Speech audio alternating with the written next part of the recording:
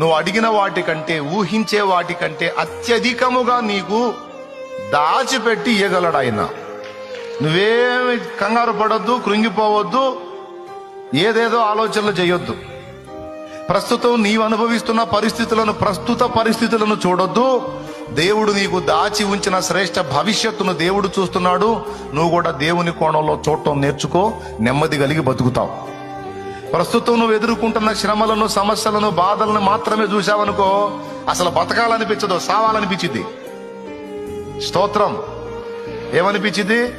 అసలు బతకాలనిపించదు, చచ్చిపోతే పోయింది. దేవుడా, నా అంతటా నేను చేస్తే నరకానికి పోతాను, నా ప్రాణం నువ్వే తీసుకొని ప్రార్థనలు కూడా చేస్తుంటావు. నువ్వు